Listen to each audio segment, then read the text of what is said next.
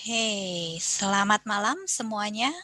Selamat bertemu lagi di acara Busur Emas Talk yang selalu diadakan setiap hari Minggu malam pukul 8 sampai dengan pukul 9. Senang bertemu dengan teman-teman lagi. Sebentar, saya akan memforward link supaya bisa diberikan kepada semua yang sedang menunggu link untuk masuk ke acara YouTube di malam hari ini. Bersyukur ada teknologi yang memungkinkan kita untuk bisa bertemu dari berbagai tempat di berbagai jam yang berbeda karena wilayahnya berbeda. Dan ini mempermudah kita untuk bisa saling berinteraksi walaupun terpisahkan oleh jarak geografi. Oke, let me see. Apakah sudah live? Sepertinya di channel saya sambil mengecek di handphone. Sepertinya di channel saya belum live. Hopefully teman-teman bisa lihat. Apakah?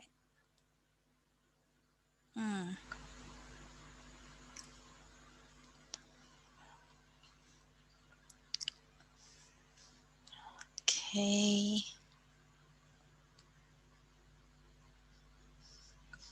Sudah. Oke, selamat malam Bu Elika, Bu Helen. Selamat bergabung.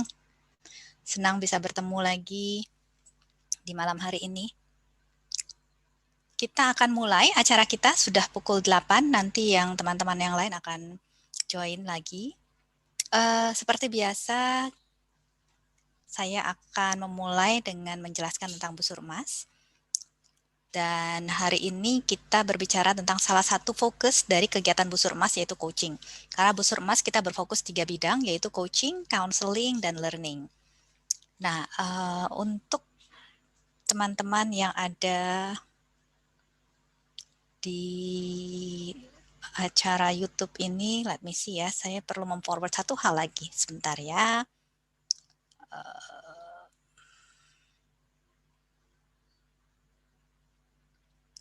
Oke, I think it's done. Oke, selamat malam Bu Susan, Bu Endang, Bu Susi, welcome ke acara kita. Teman-teman yang sudah bergabung silahkan bisa menuliskan namanya ataupun menyapa di komen chat box-nya supaya saya bisa menyapa teman-teman juga dan juga meng-acknowledge kehadiran teman-teman.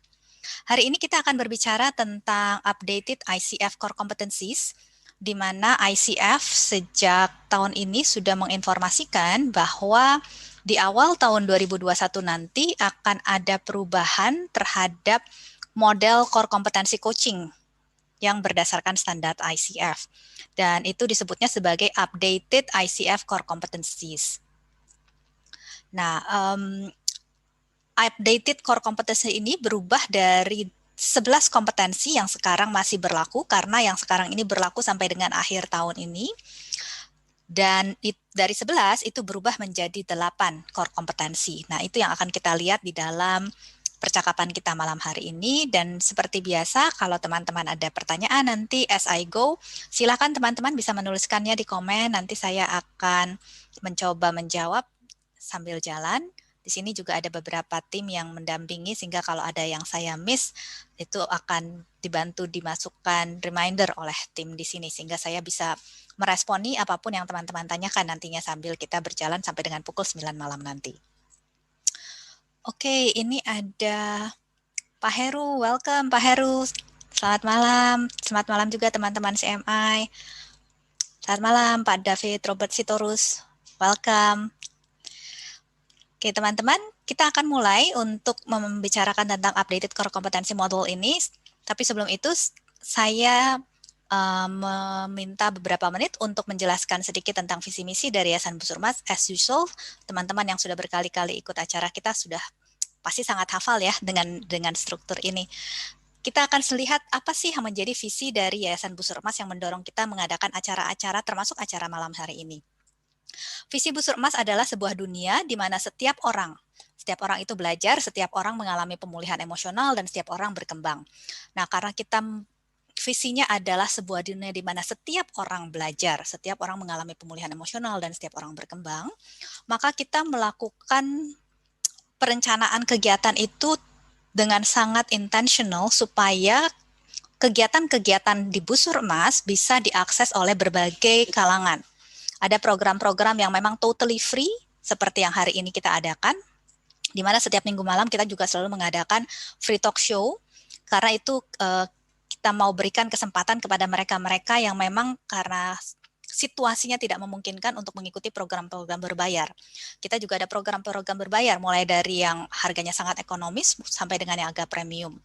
Nah, program berbayar ini merupakan cara kami untuk fundraising supaya bisa kita kembalikan lagi kepada mereka-mereka yang memang terkendala untuk bisa mengikuti program-program berbayar.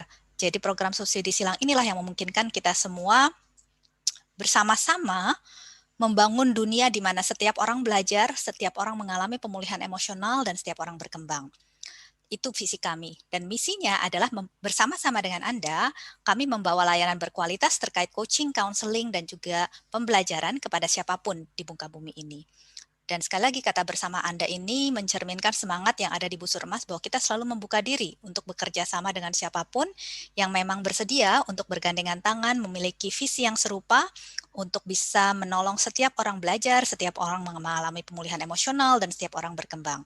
Kita tidak pernah berniat menjadi suatu organisasi yang eksklusif. Kita mau membuka diri dan mau bergandengan tangan dengan siapapun dan mau membantu siapapun yang mau untuk bergandengan tangan. Welcome Bu Helda, selamat malam. Dan ketika kami mengatakan di dalam misi kami kita membawa layanan berkualitas, kata kualitas ini sekali lagi bukan menjadi sesuatu yang indah dan tertulis menjadi suatu jargon, tapi ini menjadi spirit yang ada di Busur Emas. Apapun yang kita lakukan di Busur Emas, kita akan lakukan all in. Apapun kegiatan yang mau itu kegiatan berbayar, bahkan yang tidak berbayar pun kita akan lakukan dengan all in. Karena kita ingin benar-benar memberikan kualitas yang baik di setiap pelayanan yang kami berikan, di setiap kegiatan yang kami adakan. Dan apapun yang kami adakan pasti akan terkait coaching atau terkait counseling atau terkait pembelajaran. Kita fokus kepada 3 hal ini saja.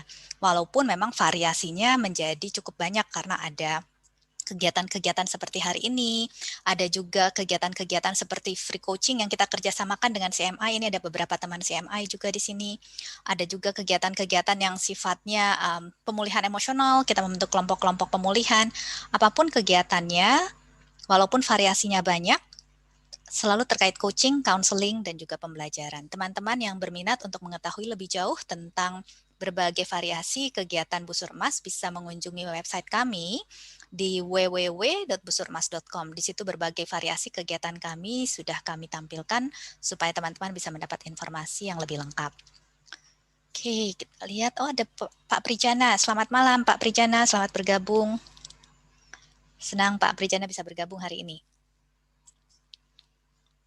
Oke, itu terkait visi misi dari Yayasan Busur Emas, dan sedikit informasi tentang upcoming events yang berbayar di Busur Emas. Kita ada coaching klinik, ini merupakan grup coaching klinik di mana satu batch itu hanya 6 orang saja pesertanya, dan untuk bisa ikut ini sudah harus mengikuti minimal 20 jam training atau pendidikan coaching dari manapun, terserah. Kita tidak mengeksklusifkan suatu organisasi atau institusi tertentu, silahkan dari manapun, selama sudah mengikuti jumlah jam pendidikan atau training coaching tersebut bisa mengikuti. Sengaja kita batasi jumlah pesertanya karena kita ingin ini menjadi suatu kegiatan yang benar-benar bermanfaat bagi pesertanya. Sekali lagi, kualitas menjadi sesuatu yang mewarnai apapun yang kami lakukan.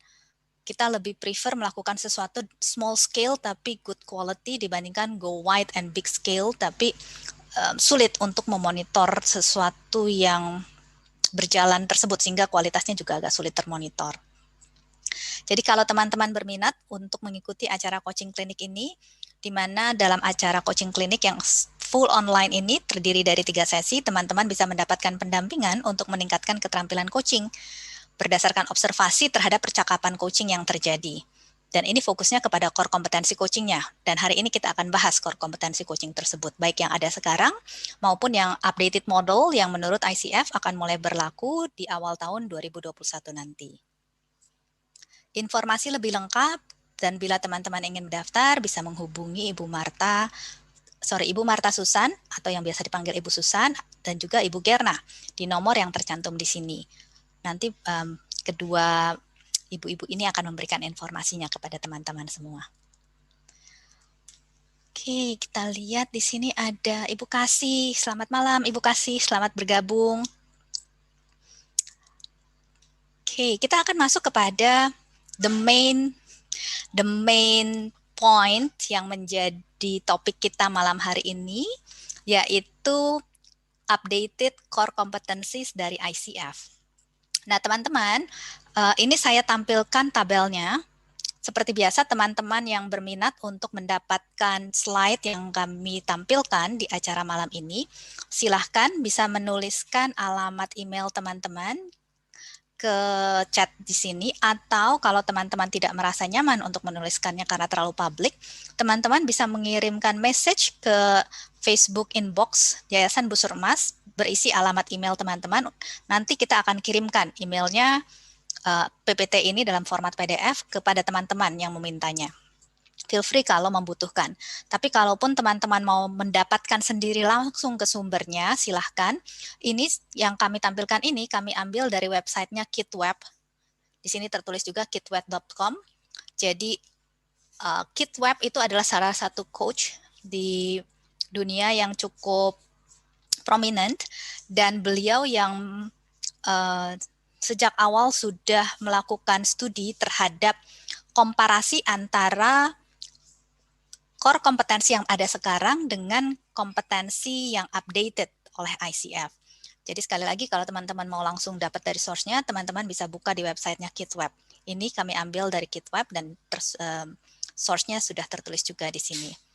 Jadi dari tabel ini, teman-teman bisa melihat bahwa ada 11 kompetensi dari ICF yang sampai sekarang masih berlaku, di mana 11 kompetensi ini terbagi menjadi 4 klaster besar, yaitu A. Setting foundation, B. Co-creating relationship, C. Communicating effectively, dan D. Facilitating learning and result. Nah, kompetensi ini sebenarnya masih tetap serupa ketika kita lihat di sebelah kanannya di updated core competencies. Bedanya adalah jumlahnya mengalami pengurangan dari 11 menjadi 8. Secara klaster tapi masih tetap 4. Ada sedikit perubahan kata-kata di dalam klaster tersebut, di mana setting foundation itu menjadi foundation saja. Kemudian co-creating relationship masih tetap serupa, communicating effectively juga serupa. Yang terakhir, facilitating learning and result berubah menjadi cultivating learning and growth. Dari sini teman-teman bisa melihat bahwa fokusnya bukan lagi pada result, tapi growth. Perubahan kata ini cukup filosofis di dalam bagaimana ICF memandang coaching dan proses coaching, serta memaknai sukses di dalam sebuah proses coaching. Bahwa sukses itu tidak lagi didefinisikan dalam bentuk result semata, tapi lebih luas lagi menjadi growth. Makanya kata-kata di dalam klaster yang keempat, facilitating learning and result, itu dirubah menjadi cultivating learning and growth. Result itu dilihat menjadi suatu proses, tidak lagi suatu destination dengan ending yang final, tapi menjadi suatu continuum di mana result tertentu menjadi another milestone untuk proses berikutnya. Sehingga ini menggambarkan spirit dari continuous learning sebenarnya yang sedang terjadi di sini. Itu yang menggambarkan spirit besarnya kalau kita lihat dari perubahan updated core competencies yang ditetapkan oleh ICF. Kemudian foundation. Kalau teman-teman lihat, ini ada anak panah yang menggambarkan bagaimana relasi antara kompetensi yang masih berlaku sekarang ini dengan updated core kompetensi yang akan berlaku di tahun 2021 nanti. Jadi, anak panah ini menunjukkan bagian-bagian yang berkorelasi. Misalkan, meeting ethical guidelines and professional standard, itu sebenarnya korelasinya di yang updated model adalah demonstrate ethical practices. Ya. Kemudian establishing coaching agreement, itu korelasi dengan poin yang nomor 3 di updated modelnya, yaitu established and maintain agreement. Kemudian establishing trust and intimacy with the client, itu korelasi dengan poin yang keempat, cultivates trust and safety. Kata intimacy berubah menjadi safety. Karena intimacy itu menjadi sesuatu yang cukup ambigu, sehingga kata safety itu sebenarnya jauh lebih appropriate di dalam proses coaching. Ketika kita bisa membangun trust dan membangun safety, maka tentu prosesnya akan bisa berjalan dengan baik. Anyhow, saya tidak akan melis satu-satu. Sekali lagi, kalau teman-teman berminat, teman-teman bisa mendapatkan file ini. Kita akan kirimkan, teman-teman cukup memberikan informasi emailnya. Untuk kami kirimkan file ini kepada teman-teman, either di dalam comment box ini, ataupun kepada inbox Facebook Yayasan Busur Emas. Tapi yang saya mau ajak teman-teman melihat adalah, ada beberapa interesting pattern kalau kita melihat perubahan ini. Yang pertama adalah ada satu kompetensi yang tidak ada pasangan anak panah merahnya, yaitu dalam hal ini embodies a coaching mindset. Ini nggak ada pasangannya di dalam model kompetensi yang lama. Dan ini ada di bagian foundation. Dan di dalam model kompetensi yang baru, sebenarnya ini lebih clear cut. Kalau teman-teman lihat, di bagian foundation, itu basically bicara tentang the being of dari coach-nya. Being dari coach-nya. Sedangkan di bagian yang B, C, D itu berbicara tentang doing-nya. Doing-nya. Interesting, kenapa? Karena bagian being ini menjadi fondasi dari B, C, D. Kita tahu kalau fondasi, mungkin kalau analoginya fondasi bangunan, kalau pondasinya tidak kuat, maka bangunan yang dibangun di atasnya tidak akan bisa aman untuk terus berkembang, karena suatu saat dia bisa kolaps bangunannya. Dengan analogi tersebut, kita bisa melihat seberapa ICF memandang foundation itu critical untuk menjadi sesuatu yang sungguh-sungguh kuat melandasi proses coaching. Being itu menjadi sesuatu yang sangat kritikal di dalam proses coaching. Dan ini yang menurut saya pribadi a very welcome change. Karena memang ketika coaching, kita nggak cuma bawa skill. Skill itu akan berjalan di atas our being. Kita ketika coaching kita membawa keseluruhan diri kita. Kita tidak cuma membawa skill, kita membawa keseluruhan diri kita. Dan nanti kita akan melihat sebenarnya embodies coaching mindset ini poin-poinnya apa aja sih.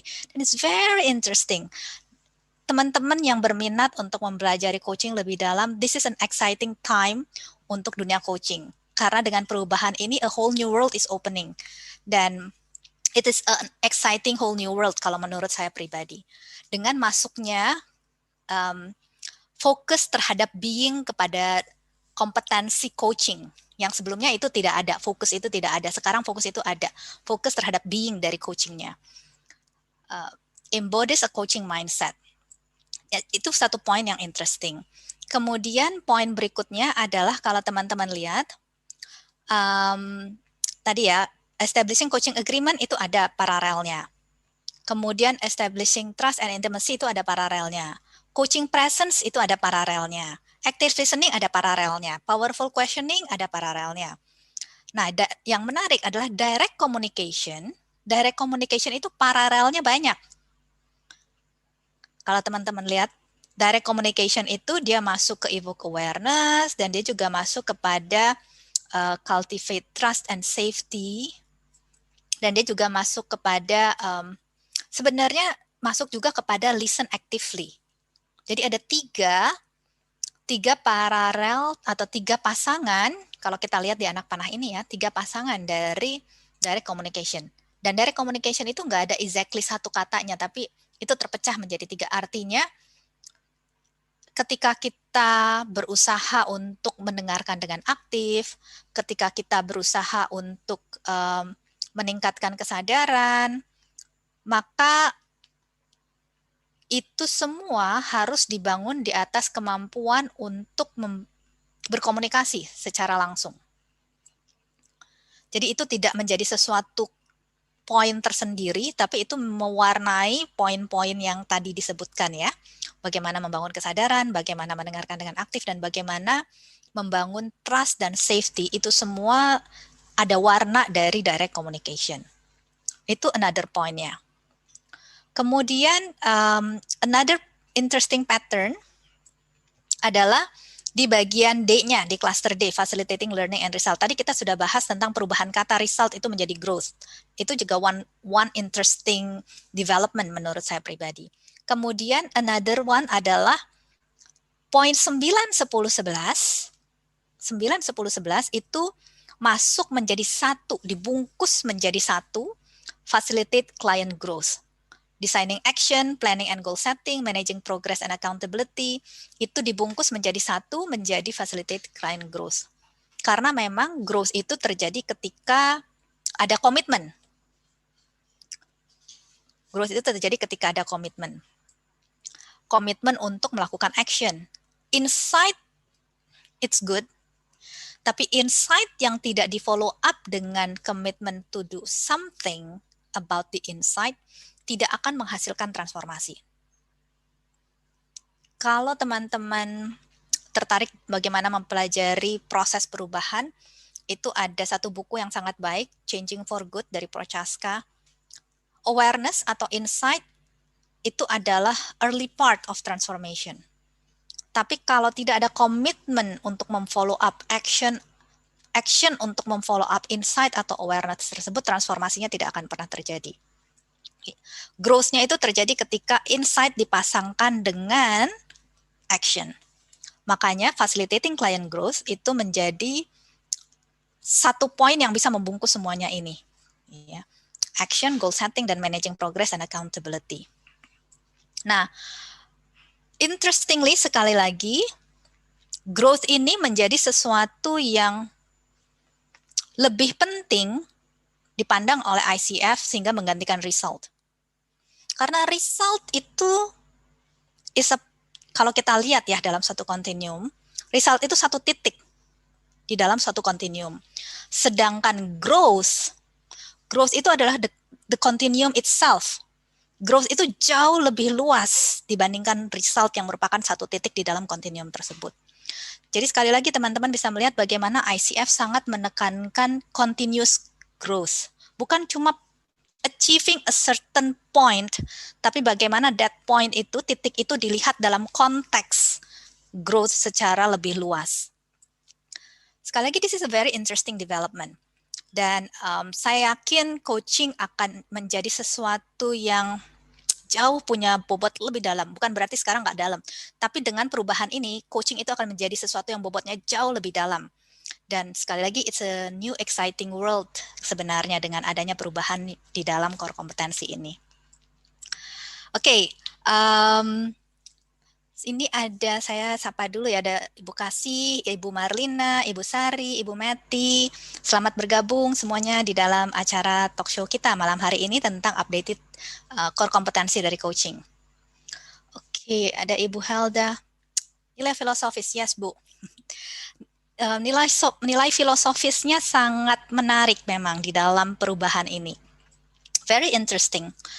Oke, seperti janji saya akan mengajak teman-teman untuk melihat lebih dalam tentang embodied coaching mindset yang tadinya tidak ada, sekarang menjadi ada. And this is something yang very fundamental. Karena sekali lagi, di dalam kompetensi yang baru ini tidak disebut set foundation, tapi foundation. Artinya inilah pondasinya. Inilah pondasinya. Kalau set the foundation artinya sambil proses jalan kita set foundation gitu ya. Seolah-olah it's part of the process. Seolah-olah it's part of the process. Itu di dalam kompetensi yang lama. Tapi di dalam kompetensi yang baru, this is foundation. This is foundation. Bukan cuma, jadi pondasi ini tidak dimulai ketika prosesnya berjalan. Ketika prosesnya dimulai, pondasi ini sudah ada lebih dulu, sudah harus ada lebih dulu. Beda dengan filosofi di kompetensi yang lama.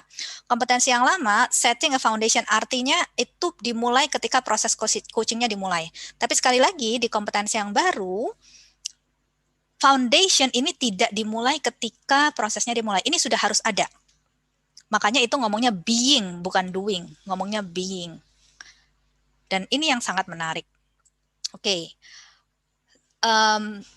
Kalau kita lihat embodies a coaching mindset di slide berikutnya ya. Apa sih yang dimaksud embodies a coaching mindset?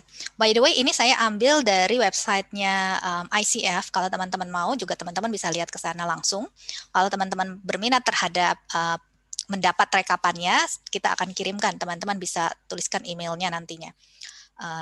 Ini ada Ibu Marlina yang sudah memberikan email, nanti kita akan kirimkan ya Bu. Dan teman-teman yang sekali lagi merasa tidak cukup nyaman bisa mengirimkan by message ke inbox dari Facebook Yayasan Bu Surmas untuk kita kirimkan nantinya. Oke, embodies a coaching mindset. Menurut ICF, karena sekali lagi ini saya ambil dari website ICF ya. Menurut ICF, embodies a coaching mindset itu adalah develops and maintain a mindset that is open, curious, flexible, client-centered. Kalau kita lihat di sini seolah-olah nothing special. Tapi kita lihat lebih dalam bagaimana ICF menerjemahkan ini. Yang pertama adalah develop and maintain. Ini interesting karena apa? Karena ada kata maintain-nya. Berarti begitu itu sudah develop, kalau tidak di-maintain, belum tentu akan ada terus. Makanya dipandang penting harus ada kata maintain. Bukan cuma sekedar develop saja, tapi maintain. Apa implikasinya?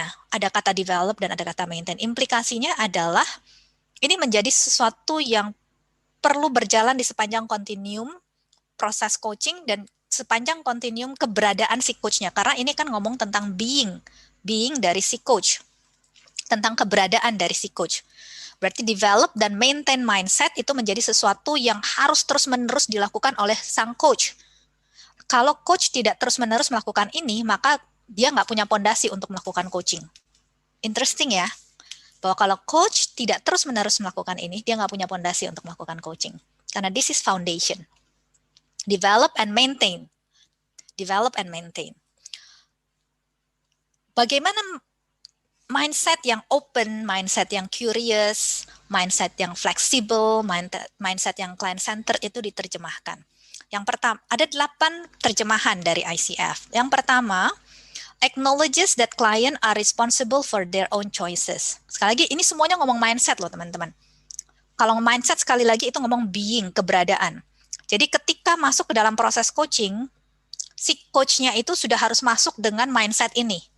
Mindset ini tidak dibangun di dalam proses. Mindset ini sudah harus ada sebelum proses. Makanya itu disebutnya foundation. Bukan setting a foundation, tapi foundation. Mindset ini sudah harus ada sebelum prosesnya berjalan. Yang pertama adalah acknowledges that the client are responsible for their own choices. Artinya apa? Secara simple, ini artinya adalah coach itu harus punya healthy detachment. Healthy detachment terhadap apa? Terhadap result. Terhadap result. Artinya, coach itu tidak merasa saya ini bertanggung jawab untuk menolong klien get the result. Tugas coach sebenarnya adalah memfasilitasi prosesnya. Sehingga klien itu bisa grow, dan dari dia grow, dia punya kemampuan untuk get the result. It's very different mindset. Tugas coach bukan menolong klien untuk mendapatkan result, tapi tugas coach adalah help the client grow, sehingga dengan klien itu grow, dia bisa get the result. Jadi empowerment-nya itu kental di sini. Sense of empowerment-nya itu sangat kental. Acknowledges that the client are responsible for their own choices. Artinya sekali lagi, healthy detachment. Kenapa? Karena kita datang dari point tersebut. Kita datang dari point of I am empowering. Empowering. Ya. Bukan transferring something, tapi empowering. Itu yang pertama. Kemudian yang kedua, engages in ongoing learning and development as a coach. Artinya apa? Artinya kalau mau menjadi coach yang punya pondasi yang cukup baik untuk bisa melakukan coaching, kalau di dalam perspektif ICF, maka coach itu haruslah orang, karena itu kan ngomong being ya, sekali lagi ngomong being. Coach itu haruslah orang yang never stop learning. Karena ada kata ongoing. Ongoing itu kan terus berkelanjutan ya. Artinya sekali lagi, coach itu harus orang yang never stop learning. Interesting ya. Kemudian yang berikutnya, develop an ongoing reflective practice to enhance one's coaching. Nah, learning and development ini bisa didapat dari berbagai cara. Kalau kita lihat poin yang kedua kan learning and development. Learning and development ini bisa didapat dari kayak teman-teman ikut acara ini gitu ya, dengerin seminar atau ikut training, ikut workshop. Tapi ada satu way of development, satu way of learning yang oleh ICF itu dipandang sangat penting, sehingga itu dijadikan satu poin tersendiri. Walaupun sebenarnya reflektif itu kan juga one way of development, one way of learning, tapi karena itu dipandang penting, itu dijadikan satu poin tersendiri. Develop an ongoing reflective practice. Artinya apa? ICF memandang reflection itu adalah sesuatu yang sangat penting. Bahkan oleh ICF itu menjadi satu poin tersendiri yang dipisahkan dari poin nomor 2. Bukan training yang dipisahkan, bukan seminar yang dipisahkan, bukan workshop yang dipisahkan, tapi reflective practice yang dipisahkan. Interesting, seberapa ICF memandang reflective practice ini sangat crucial bagi kemampuan seorang coach untuk memaintain ini, mindset that is open, curious, flexible, and client-centered. Dari mana seorang coach bisa mendapatkan space untuk bisa melakukan reflective practice? Tentu pilihannya banyak. Bisa melakukannya sendiri, meluangkan waktu untuk merefleksikan apa ya tadi yang sudah saya lakukan dengan baik, apa yang masih saya perlu tingkatkan, why do I do that, why do I say that, ya. Tapi dari pengalaman saya pribadi, it's always helpful kalau kita punya orang untuk bounce thoughts with. Ya. Dan saya pribadi sangat menyarankan, dan ini pun saya lakukan kok untuk diri saya sendiri. Untuk teman-teman yang memang serius mau memasuki dunia coaching, untuk punya seorang coach juga. Disitulah teman-teman sedang membangun your reflective practice. Walk your talk. Ya. Kalau kita bilang bahwa coaching itu is about development, coaching itu is about learning, dan setiap orang akan mendapat manfaat dari coaching, then why don't you do that? Kalau kita tidak melakukan itu, we don't walk our talk. Saya pribadi sendiri juga merasakan sangat bermanfaat ketika punya coach yang secara reguler meng-coach saya, sehingga even ketika saya merasa, aduh kayaknya goal apa lagi ya, kayaknya lagi belum ada goal nih. Itu the fact bahwa saya akan ketemu coach saya, the very fact bahwa saya akan ketemu coach saya, itulah yang mempush saya untuk gak bisa, harus mikir ada goal. Goal apa ya? Apalagi yang mau dikembangkan, apalagi yang mau diimprove gitu ya. That's the ongoing process. Kondisi itulah yang hold the space, bukan cuma hold the space, pushes me more than I can push myself. Untuk saya menjalani ongoing proses itu. Untuk bisa keep growing, untuk bisa keep improving. Dan kata ongoing-nya itu menurut saya, paling tidak dari pengalaman saya pribadi, itu sangat tertolong ketika we walk our talk to have our own coaches. Ya. Dan saya pribadi merasakan kita belajar banyak loh dari di coach. bukan cuma untuk our improvement, tapi belajar bagaimana orang lain mengcoach. Oh ya, setiap orang punya style yang berbeda dan setiap orang itu punya kekuatan dan itu akan sangat menarik untuk bisa kita pelajari dan itu menjadi part of our learning, part of our growth. Ya. Oke, jadi develop ongoing reflective practice karena di dalam coaching kan kita melakukan reflection ya sebenarnya. Itu yang menyebabkan sekali lagi ICF menggantikan kata result dengan kata growth. It's about growth. Kalau di dalam filosofi ICF yang sekarang. Coaching is all about growth. Ya. Kemudian yang keempat, remain aware and open to influence of context and culture on self and others. Bagaimana saya remain aware, tetap aware terhadap pengaruh konteks terhadap diri saya maupun pengaruh konteks terhadap coach saya. Dan bagaimana saya open, bukan cuma sadar tapi open terhadap bagaimana hal-hal tersebut berpengaruh terhadap saya maupun coach saya. Artinya apa? Artinya saya able to accept myself as I am. Tidak cuma sadar, tapi able to accept. Karena kalau saya nggak able to accept, saya nggak akan open. Saya hanya bisa open kalau saya able to accept. Able to accept bahwa memang hal-hal tersebut berpengaruh terhadap saya. Ya. Tidak cuma sadar, tapi open. Artinya apa? Saya accept dan dari accept disitulah actually dengan saya mampu accept, saya bisa mengkapitalisasi. Kalau saya belum accept, saya tidak akan mampu untuk mengkapitalisasi. Jadi this is one step higher dari sekedar aware. Being open itu mengimplikasikan kemampuan untuk kita bisa mengkapitalisasi influence tersebut. Karena kalau tidak, actually kita nggak perlu kata open di sini. Just remain aware of the influence and of context and culture. Tapi interestingly, remain aware of and open to. Open to apa? Open to influence. Bukan cuma aware, tapi open to influence. Artinya kita sangat terbuka untuk bisa memanfaatkan berbagai influence tersebut. Baik influence itu terhadap internal system yang ada di mindset klien, nilai-nilai, kebiasaan, keinginan, ataupun juga influence yang sifatnya eksternal yang ada di situasi klien. Ya. Remain aware of and open to. Disinilah prinsip dance with the client menjadi jauh lebih kental sebenarnya ketika dikatakan remain aware of and open to the influence. Ya. Nah, poin berikutnya adalah develop and maintains. Yang kelima adalah uses awareness of self. Nah, ini one of the most exciting changes ya. Kalau bagi saya pribadi sebenarnya. Dan saya pikir saya nggak sendirian. A lot of people actually are also excited about this change. Khususnya yang terkait poin 5 ini. Uses awareness of self and one's intuition to benefit client. The first time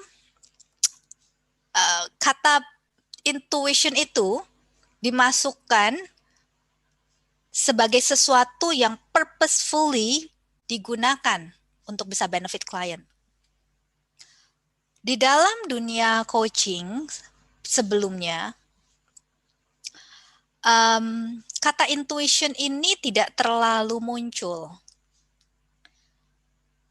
Tapi di dalam core kompetensi yang baru, ini menjadi sesuatu yang sangat clear bahwa coaching itu merupakan suatu proses yang tidak hanya menggunakan awareness, tapi juga intuition. Kalau awareness dari dulu, coaching itu selalu is all about one of the keyword gitu ya di dalam dunia coaching adalah creating awareness atau yang sekarang menjadi evoking awareness. Itu dari dulu itu sudah ada, tapi using intuition it's something new. Dan this is an exciting change sebenarnya karena ICF sebagai organisasi yang mewadahi coaching melihat the value of intuition. The value of intuition di dalam kita melakukan coaching. Nah, ini yang saya mau ajak teman-teman untuk melihat lebih dalam karena this is a very powerful tool. Intuition is a very powerful tool.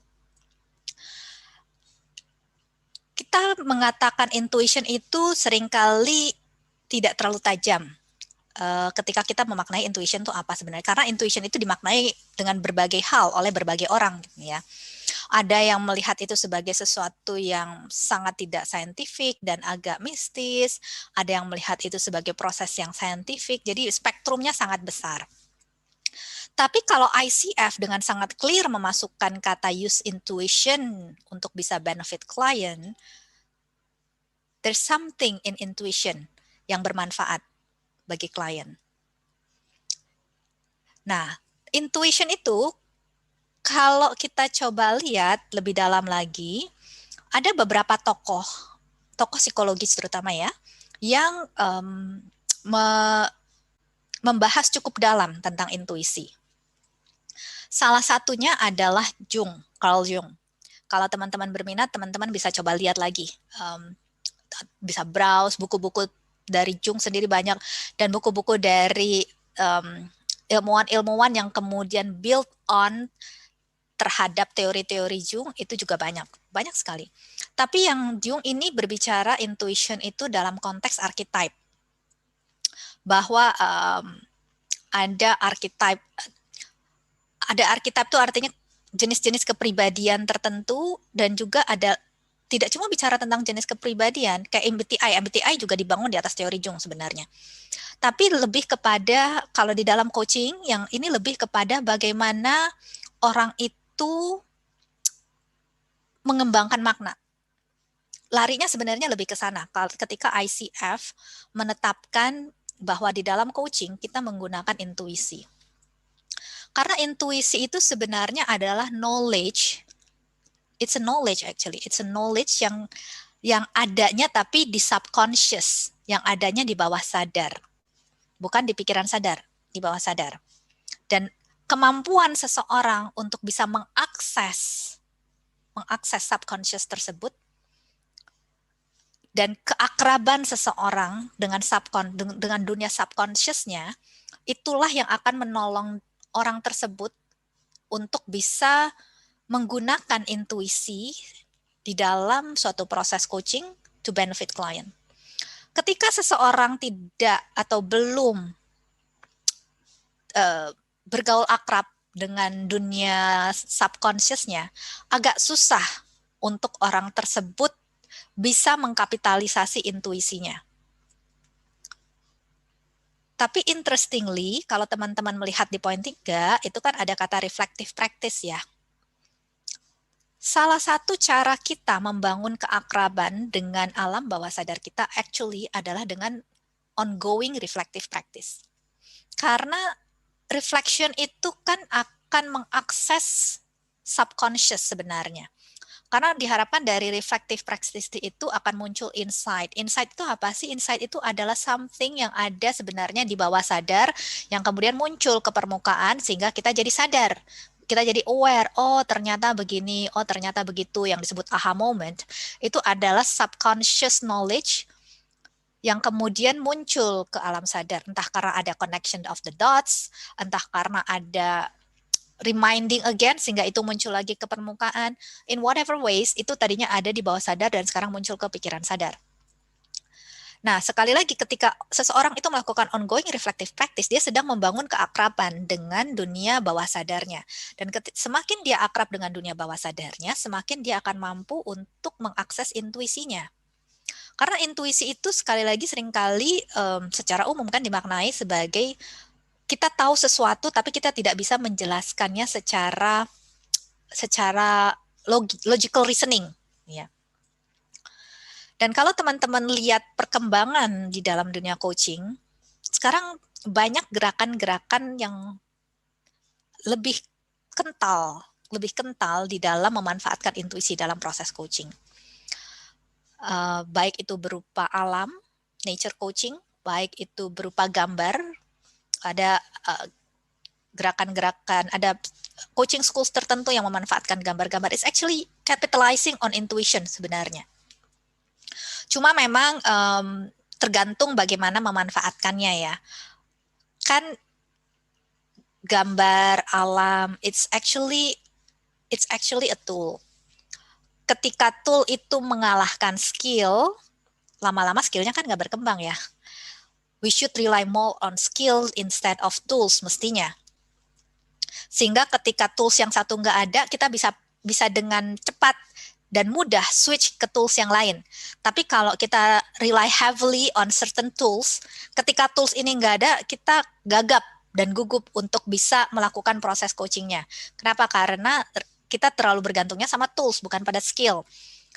Jadi yang perlu dipahami adalah ini adalah tools. Yang perlu kita pay more attention adalah skill. Kalau skillnya sudah semakin berkembang, maka kita bisa semakin membuka wawasan kita. Di sini kata ongoing ini bermakna menjadi sesuatu yang hidup untuk bisa melakukan pembelajaran terus-menerus terhadap new tools. Ya, itu menjadi sesuatu yang memperkaya nantinya. Jadi sekali lagi gambar, nature, itu semua adalah tools. Tapi intuition and how to capitalize intuition, it's a skill. Itu bukan tools. How to capitalize on intuition is a skill. Di dalam dunia psikologi modern, bahkan sudah ada suatu model tentang decision making yang memanfaatkan intuisi. Kalau teman-teman mau, nanti teman-teman bisa search, namanya recognition primed decision. Recognition primed decision. Itu adalah suatu model bagaimana orang itu bisa dengan cepat membuat keputusan dalam situasi yang kompleks dengan mengkapitalisasi intuition. Dan ini it's very scientific ya. Dan ini bahkan dijadikan suatu model. Kalau teman-teman mau nanti bisa di browse, diketik aja, itu akan banyak artikel-artikel tentang itu, karena di dunia psikologi modern ini juga menjadi sesuatu tren yang kita bergerak ke sana sekarang. How to capitalize on intuition. Jadi sekali lagi, this is a very exciting change sebenarnya, bahwa ICF itu sekarang acknowledge overtly, nggak malu-malu lagi gitu ya, tapi sudah dengan sangat jelas menuliskannya dengan sangat eksplisit bagaimana intuition itu perlu dimanfaatkan untuk bisa benefit the client. Dan ini masuk kompetensi loh. Ini masuk kompetensi. Oke ya. So sekali lagi bagi saya this is one of the most exciting change yang ada di dalam dunia coaching yang akan berjalan ke depan. Di mana dunia coaching ini semakin dekat dengan, bukan dekat lah ya, semakin mengkapitalisasi pemahaman tentang psikis manusia dan bagaimana ternyata intuisi itu bisa distimulasi untuk menghasilkan growth. Karena sekali lagi fokusnya kan growth ya, kalau di dalam proses yang di dalam kompetensi model yang baru. Dan ini yang menjadi penekanan. Jadi apapun yang bisa memfasilitasi growth itu punya tempat di dalam proses coaching. Oke, kita move ke yang nomor berikutnya ya, 6. Develop and maintain the ability to regulate one's emotion. Interesting, bahwa ini dimasukkan sebagai part of competency. Bahwa sebagai coach harus bisa mengembangkan dan mempertahankan kemampuan untuk mengelola emosi. Kalau kita lihat pengelolaan emosi, emotion regulation itu actually part of dari emotional intelligence. Dan kalau kita lihat emotional intelligence itu kan ada minimal 4 kuadran. Ada yang bilang 5, ada yang bilang 4, tapi minimal 4 kuadran. Bagaimana 4 kuadran itu kan yang pertama adalah bagaimana seseorang itu build awareness of the self, kesadaran tentang diri sendiri. Dan kuadran berikutnya adalah bagaimana seseorang memanage dirinya, self-management. Kemudian bagaimana dia membangun social awareness. Setelah dia sadar tentang dirinya sendiri, dia membangun social awareness. Kemudian yang kuadran yang tertinggi, yang keempat, itu adalah bagaimana dia melakukan social management. Setelah dia bisa self-management, dia melakukan social management. Setelah dia bisa mengelola dirinya, dia naik level yang lebih tinggi untuk bisa mengelola hubungan-hubungan sosialnya. Nah, ketika dikatakan regulates one emotion, dan ketika kita tahu emotion regulation itu adalah part dari emotional intelligence, kita melihat bahwa ternyata dunia coaching ini memang tidak bisa lari dari perkembangan dunia secara keseluruhan. Kenapa? Kalau teman-teman berkesempatan, teman-teman bisa search di websitenya World Economic Forum. World Economic Forum. World Economic Forum itu sebenarnya ada forum ekonomi ya, dari namanya juga very clear. Tapi dia karena dia berfokus kepada ekonomi, tentunya ekonomi itu kan sangat ditentukan oleh para pelaku ekonominya. Makanya akhirnya kemudian mau nggak mau dia pay attention juga kepada para pelaku ekonominya, walaupun dia sekali lagi namanya adalah World Economic Forum. Nah, para pelaku ekonomi ini kan adalah para tenaga kerja sebenarnya. Dan World Economic Forum ini membuat penelitian yang memprediksi apa saja sih top 10 skill yang diperlukan di dunia kerja. Dan interestingly, beberapa tahun yang lalu, World Economic Forum sudah memprediksi bahwa untuk tahun 2020, dan sekali lagi ini ada di websitenya, kalau teman-teman mau, teman-teman bisa Google nanti, dan itu bisa diakses di websitenya. Beberapa tahun yang lalu, World Economic Forum sudah memprediksi bahwa salah satu dari top 10 skill yang diperlukan di dalam dunia kerja di tahun 2020 itu adalah emotional intelligence. There's a match here. Ketika coach itu di-expect sebagai part of kompetensinya untuk bisa regulate one emotion, dan dari World Economic Forum juga sudah memprediksi dari beberapa tahun sebelumnya bahwa tahun ini akan sangat diperlukan emotional intelligence untuk bisa successful. Ini menggambarkan suatu synchronicity. Artinya apa? Artinya sekali lagi, emotional intelligence itu menjadi sesuatu yang sangat crucial. Tidak cuma di dunia coaching saja sebenarnya, tapi juga untuk berbagai pekerjaan ya. Karena kan World Economic Forum tidak fokus kepada coaching. Tapi dari sini teman-teman bisa melihat bahwa coaching pun juga tidak bisa lepas dari pengaruh perkembangan zaman ini. Ya. Dan itu menjadi sesuatu yang sangat interesting sebenarnya. Oke, sebentar. Ini ada komen dari Pak David. Kalau melihat penjelasan ini berlatar belakang pola pikir dunia barat, bagaimana efektifnya hal itu bagi kita yang ada di pola pikir Asia? Oke, thank you Pak David. Actually, pertama, board ICF itu cukup variatif. Artinya mereka tidak hanya melulu terdiri dari orang-orang di dunia barat. Cukup banyak juga orang-orang yang ada di Asia. Dan kalau kita balik misalkan ke poin yang nomor 5, intuition. Intuition itu kalau mau didalami, oke lah, Jung itu memang orang barat. Tapi yang kaya dan kental akan skill tentang intuition, actually itu adalah di dunia timur. Cuma kita nggak banyak menguraikannya menjadi sesuatu yang bisa dikunyah secara ilmiah. Tapi itu asalnya dari dunia timur sebenarnya intuition itu. A lot of ancient budaya peradaban kuno itu sangat banyak memanfaatkan intuition. Jadi kalau kita lihat ICF sekarang memasukkan itu sebenarnya it's taking on something yang berasal dari timur, asal pertamanya dari timur, kemudian masuk dan berkembang juga di dunia barat, dan itu kemudian menjadi masuk. Artinya apa? Artinya sebenarnya ini menjadi sesuatu yang cukup universal, gitu ya. Ketika ICF menetapkan ini, mereka sudah mempertimbangkan ini dengan berbagai konteks.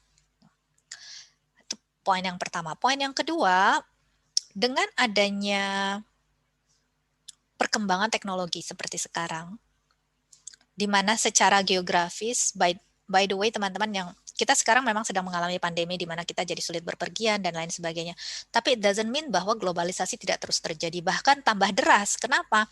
Karena orang jadi semakin punya waktu dan semakin terbiasa untuk melakukan online learning. Di mana yang tadinya dari Indonesia belajar ke barat nggak bisa, dari barat belajar ke China nggak bisa, belajar ke India susah. Sekarang itu menjadi sesuatu yang jauh lebih normatif. Karena terpaksa terbiasa dengan adanya pandemi. Dan it cannot be undone. It cannot be undone. Artinya apa? Ini akan terus berjalan ke masa depan. Globalisasi tidak sedang terhenti, tapi sedang menjadi lebih deras. Pola pikir itu semakin mengalami asimilasi. Dan ke depan itu akan makin sulit menurut saya untuk kita mau memilah-milah, oh ini pola pikir barat, oh ini pola pikir timur, ya. Karena itu akan menjadi semakin asimilasi. Yang jauh lebih penting adalah sebenarnya untuk bisa punya reflective practice, balik lagi ya. Reflective practice untuk saya bisa decide for myself apakah sesuatu ini, entah sesuatu ini adalah value, entah sesuatu ini adalah habit, apapun itu, to have the ability untuk melakukan deep reflection, to connect with myself, untuk bisa decide for myself, apakah ini sesuatu yang memang saya mau jadikan part of me, atau sesuatu yang memang ini saya nggak mau jadikan part of me, dengan alasan yang sangat jelas. Kalau memang ini saya mau jadikan part of me, why? Saya tahu alasannya dengan jelas. Kalau ini tidak mau saya jadikan part of me, I also know why, dengan sangat jelas. Kedepan, I think it's going to be more important untuk punya that ability, untuk bisa melakukan reflective practice tersebut, sehingga saya bisa decide for myself what I want to make part of me and apa yang saya nggak mau jadikan part of me. Ya. Karena nilai-nilai dan kebiasaan dan segala macamnya itu akan berseliweran dengan sangat deras dan akan sulit kita untuk memilah-milah, dan akan jauh lebih baik energi kita arahkan kepada deciding apa yang mau saya jadikan bagian dari diri saya dan juga keluarga saya, dan apa yang saya tidak mau jadikan bagian dari diri saya dan keluarga saya. Okay, hopefully it responds terhadap apa yang menjadi komennya Pak David. Tapi kalau ada hal-hal lain yang ingin disampaikan dan diskusikan, feel free ya Pak. This is a very open stage for everyone.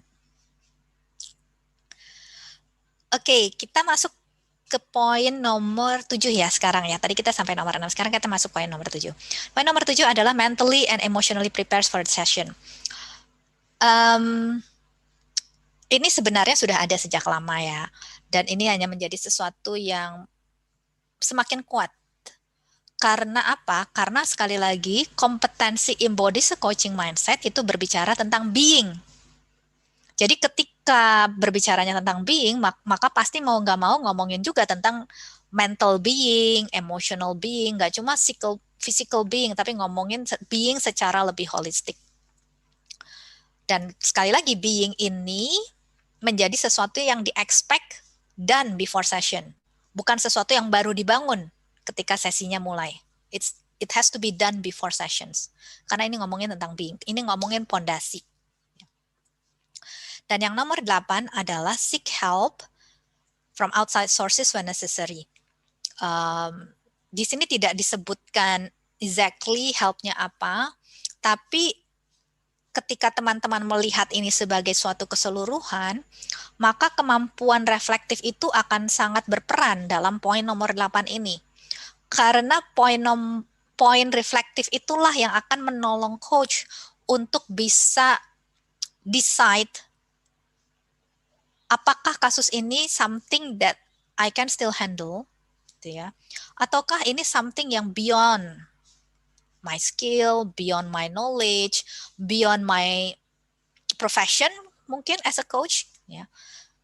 Kemampuan reflektif untuk bisa melihat secara mendalam dan kemudian decide, itulah yang akan bisa menolong poin nomor 8 ini menjadi sesuatu yang terimplementasikan. Nah, kalau kita lihat secara keseluruhan dari sini, teman-teman bisa melihat bahwa embodies a coaching mindset itu something yang perlu dikembangkan terus-menerus, dan itu sesuatu yang meng-acknowledge keberadaan intuisi, dan tidak cuma meng-acknowledge keberadaan intuisi, tapi juga meng-encourage kapitalisasi intuisi. Ini yang merupakan sesuatu development yang menurut saya quite, kalau radikal sih enggak sih ya. This is not a very radical change, tapi very welcome change. Karena dengan ini sekali lagi a whole new world is opening. Bagaimana di dalam coaching kita akan makin terbuka kepada intuisi dan semakin memperdalam, dan kita semua semakin didorong untuk mengasah bagaimana kita bergaul dengan intuisi kita dan mengkapitalisasi intuisi kita. Oke, I hope apa yang dibagikan barusan bisa menolong teman-teman untuk melihat secara lebih mendalam, ada apa sih? Bukan cuma sekedar permukaan ya. Kalau permukaan teman-teman lihat tabel aja ngerti. Tapi teman-teman bisa melihat secara lebih dalam, mau dibawa kemana nih coaching ini dengan adanya perubahan ini. Dan I hope teman-teman also as excited as I am dengan perubahan ini, karena sekali lagi there's a whole new world opening up dengan adanya perubahan-perubahan ini. Dan ini akan sangat membuat coaching itu, I think it's going to go to the next level. Dan teman-teman yang ada di dunia coaching, sekali lagi saya berharap ini bisa menjadi sesuatu yang mengencourage kita untuk keep on going, karena this is a new exciting time buat kita semua. Oke, terima kasih untuk teman-teman semua. Seems like, let me check apakah ada pertanyaan. Oke, seems like everyone is okay. Jadi sepertinya kita bisa wrap up, dan kalau teman-teman berminat sekali lagi untuk mendapatkan informasi tentang coaching klinik, teman-teman bisa menghubungi Ibu Gerna ataupun Ibu Susan, dan kalau teman-teman berminat untuk mendapatkan materi di hari ini, teman-teman bisa menuliskan alamat email di comment box-nya ataupun mengirimkan alamat emailnya melalui inbox ke Facebook fanpage Yayasan Busur Emas. Nanti kita akan kirimkan dalam bentuk PDF. Tapi kalau teman-teman mau langsung silahkan. Dan ini kita akan posting di YouTube. Jadi kalau teman-teman mau lihat lagi replaynya atau teman-teman mau informasikan ke teman-teman yang lainnya untuk bisa menonton replaynya, ini akan ada di YouTube-nya. Jadi feel free untuk bisa memanfaatkan ini juga sebagai sesuatu resource yang teman-teman bisa bawa ke depan. Oke, selamat malam semuanya. Terima kasih sudah bergabung. Terima kasih juga Ibu Marlina, Pak Heru, ada Ibu Venesia, ada Ibu Susi, Bu Elika, Pak David, Bu Endang. Thank you for joining us. Dan semoga bisa bertemu lagi di acara minggu depan. Kita akan masuk ke Zoom kalau di yang minggu depan, jadi itu terbatas, kapasitasnya hanya 100. Saat hari Jumat lalu sudah terisi 89. Jadi kalau teman-teman yang berminat dan belum mendaftar, silahkan bisa mendaftarkan ke Ibu Gerna ataupun Ibu Susan untuk bisa mengikuti acara Zoominar dengan topik It's okay not to be okay. How to build healthy response when not okay. Selamat malam semuanya, sampai bertemu di Zoominar di hari Minggu mendatang. See you all.